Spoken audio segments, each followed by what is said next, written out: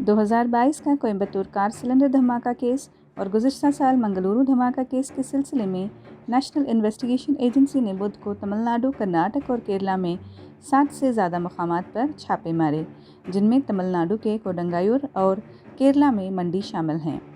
گزشتہ سال ایک مشتبہ دہشت گرد جمشا مبین کار میں سلنڈر پھٹنے سے ہلاک ہو گیا تھا۔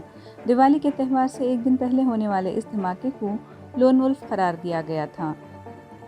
NIA نے ایک بیان میں کہا کہ جمشا مبین کمیونٹی میں دہشت پھیلانے کے ارادے سے ایک خودکش حملہ کرنے اور ٹیمپل کمپلیکس کو بڑے پیمانے پر نقصان پہنچانے کا منصوبہ بنا رہا تھا۔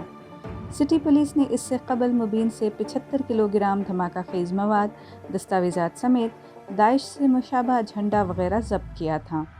مبین کو ای کامرس پلیٹ فارم سے دھماکہ خیز مواد خریدنے اور اس کی مدد کرنے کے الزام میں پولیس نے 11 افراد کو بھی گرفتار کیا تھا۔